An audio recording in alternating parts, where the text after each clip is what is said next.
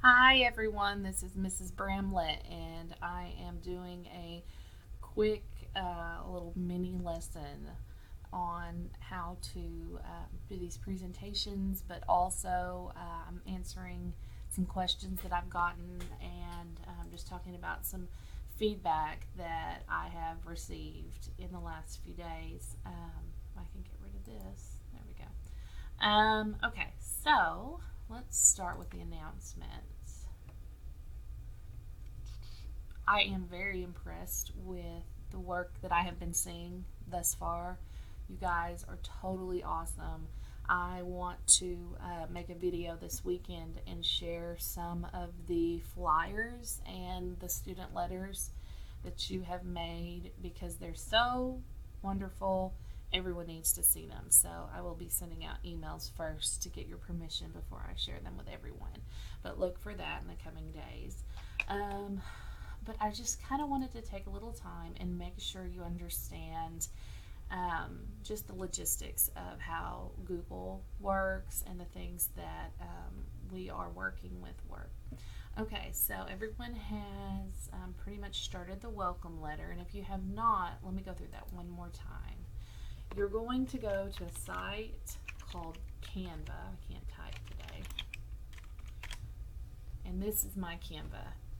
And I've used this for years, and it's one of my absolute favorite sites. Use your new Gmail to create an account, and then you can start designing things like presentations, posters, documents. It works the same way as Microsoft Word, but it's on a higher level. It works a lot with social media, graphic design, and the best part is, of course, it's free. So let's just choose a poster. Sorry, my internet is a little slow today. And then, of course, you've got all of these things that are templates and they're free. So we're just going to choose that one. And it already has a ready-made background and words, and you can actually go through here and take out what you don't want to use and put in other text by using what they have here. You just drag it over like this. If you don't want to use it, or if you want to ungroup it, you can hit ungroup. If you want to go back, hit that until you erase it. You can also change the background. There are just lots of things that you can do. A neat thing about this program is the amount of free photos that you can use.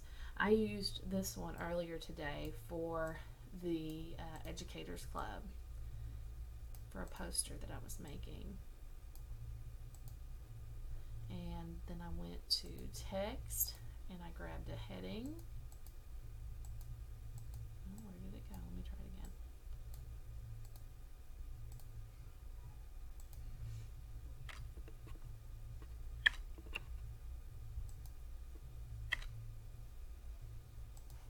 There you go.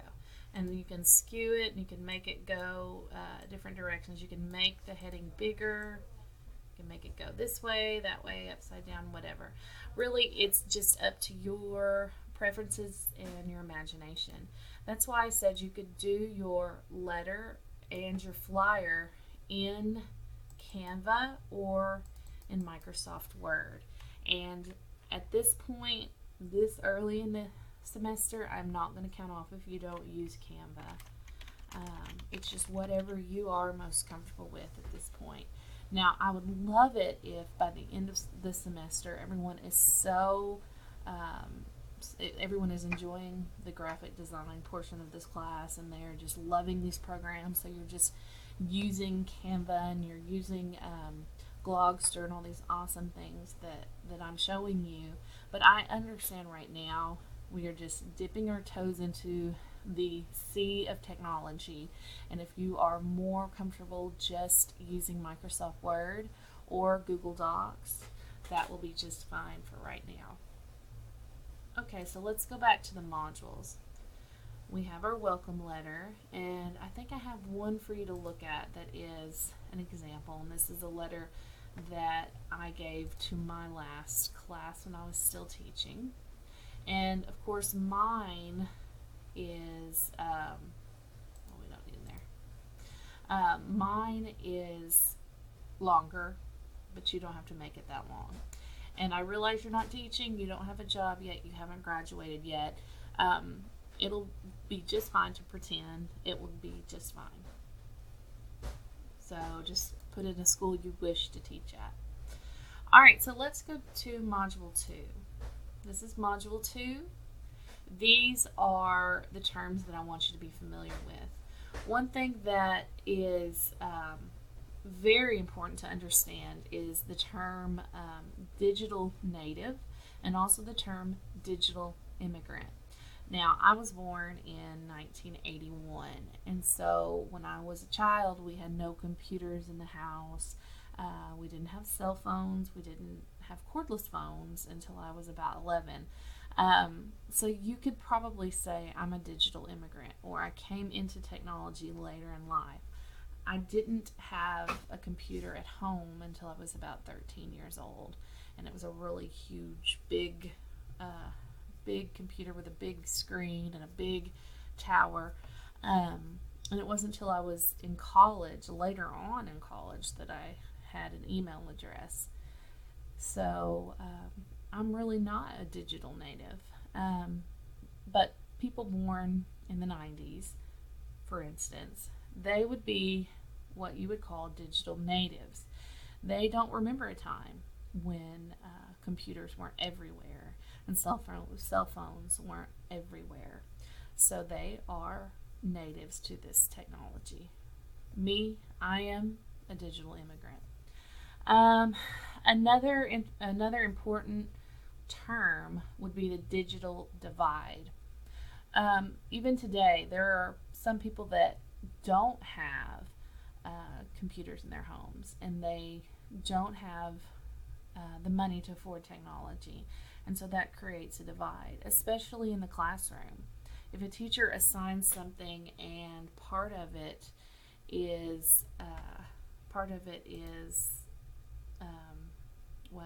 if part of it is internet based, that child cannot finish that homework assignment. They'll have to wait till they go to school where they can get internet.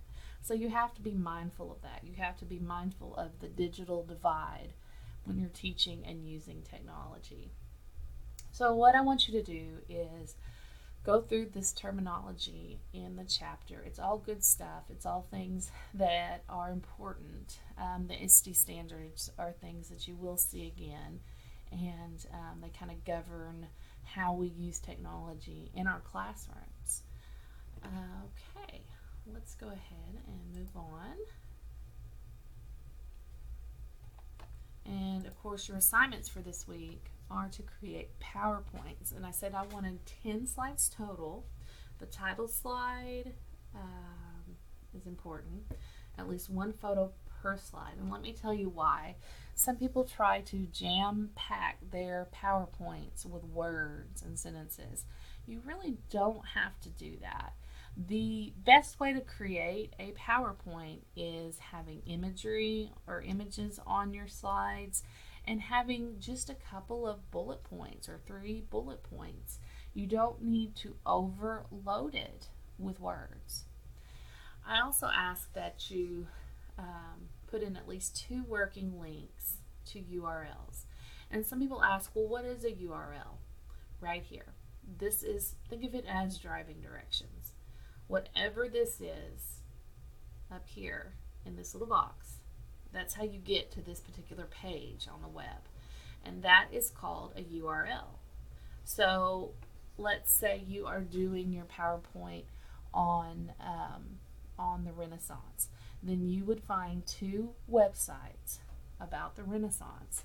And you would go up here, find their URL, copy it, and paste this link into your PowerPoint. Let's go to Google, and I'm going to show you how to embed a video. So let's go ahead and go to Google Drive.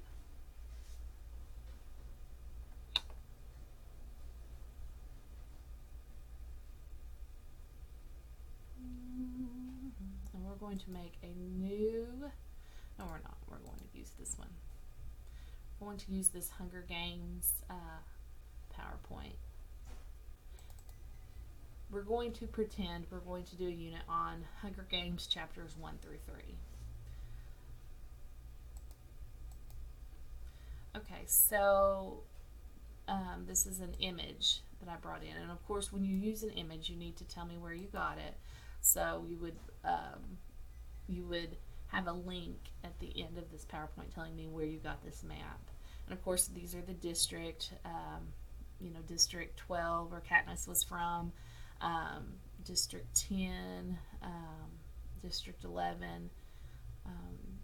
This is a really good model. I've actually used this in a class before. So this whole presentation, let's pretend I'm doing this for my class. This whole presentation is about chapters 1 through 3 of the Hunger Games. So let me go ahead and insert another slide. Okay, let me show you how to embed a video. All you have to do is go to video, and there are a couple ways you can do it. You can go by URL and paste whatever that information is here, or you can search, and we could type in Hunger Games. Let's just do the trailer. And then here is the trailer, I'm assuming for the first Hunger Games. You just pull it in. You can make it small, or you can make it take up most of the slide. And there it is. And there is your embedded video. That's all it is. It doesn't take a lot of work.